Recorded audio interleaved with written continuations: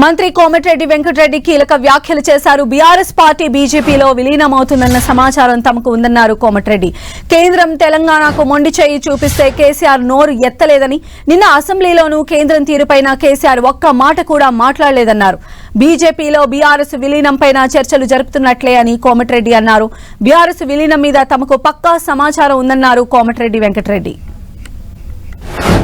కేసీఆర్ గారు మీ ద్వారా వినవలసిన మాటలు ఆయన ఎందుకంటే నిన్న బహుశా మొదటిసారి అనుకుంటా ఆడ మీడియా బయటికి పోయి మాట్లాడండి.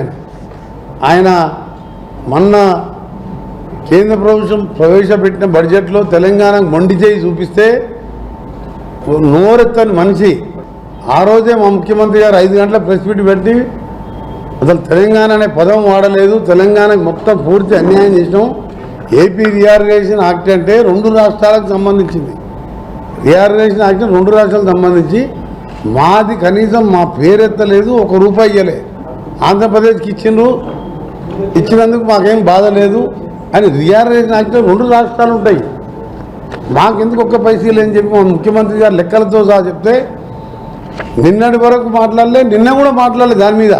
అంటే బీజేపీకి విలీనానికి చర్చలు జరుపుతున్నట్టే లెక్క కదా. నిన్న కూడా మాట్లాడలేదంటే దాదాపు విలీనం అవుతున్నట్టు, మాకు చర్చలు అవుతున్నట్టు. ఢిల్లీలో మాకు కూడా మన వారం 2 రోజులు నేను ఢిల్లీలో ఉన్నవాడు మాకు కూడా వెళ్తుంది.